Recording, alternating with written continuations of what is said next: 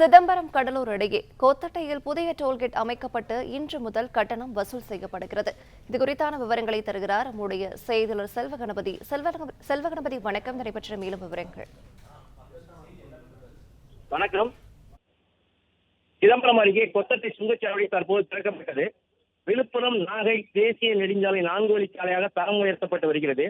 இந்த சாலையில் சிதம்பரம் கடலூர் இடையே உள்ள கொத்தட்டையில் புதிய டோல்கேட் அமைக்கப்பட்டு இன்று முதல் கட்டணம் வசூலிக்கப்பட்டது.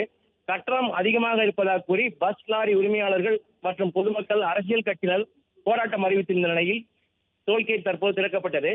கடலூர் மாவட்டம் சிதம்பரம் கொத்தட்டை டோல்கேட் இன்று முறைப்படி படைக்கப்பட்டு இன்று முதல் தற்போது வாகனங்களுக்கு கட்டணம் விதிக்கப்பட்டு டோல்கேட் முதல் காருக்கு தேங்காய் உடைத்து டோல்கேட் நிர்வாகம் சார்பில் முதல் வண்டிக்கு இனிப்பு கொடுத்து இனிப்புகள் வழங்கி கொத்தட்டை டோல்கேட் நிர்வாகத்தினர் தானியங்கி டோல்கேட் பணியை அதிகாரிகள் முறையில் தொடங்கி வைத்தனர்.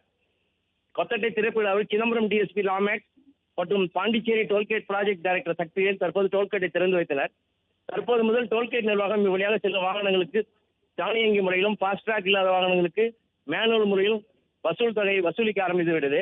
இன்னும் சற்று நேரத்தில் சிதம்பரத்தில் உள்ள தனியார் பேருந்துகள், கடலூர் மாவட்டத்தில் உள்ள தனியார் பேருந்துகள் மற்றும் அனைத்து கட்சி சார்பில் டோல்கேட் முன்பு முற்றுகை போராட்டம் நடைபெறுகிறது.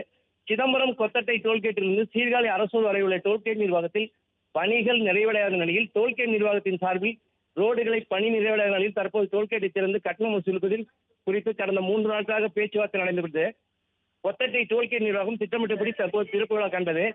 டோல்கேட் நிர்வாகத்தில் இந்த நிர்வாகத்தை கண்டித்து அனைத்து கட்சி சார்பிலும் காலை 10 மணிக்கு தனியார் பேருந்து உரிமையாளர்கள் கொத்தட்டை கிராம பகுதியை சுற்றியுள்ள 40க்கும் மேற்பட்ட கிராம மக்கள் தற்போது முற்றுகை போராட்டம் நடத்த இருக்கின்றனர். இதனால் இப்பகுதியில் 200க்கும் மேற்பட்ட போலீசார் குவிக்கப்பட்டு பாதுகாப்பு பணியில் ஈடுபட்டுள்ளனர் என்று குறிப்பிடத்தக்கது.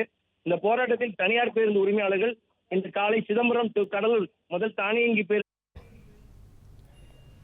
விவரங்களை வழங்கியமைக்க நன்றி செல்வகணபதி.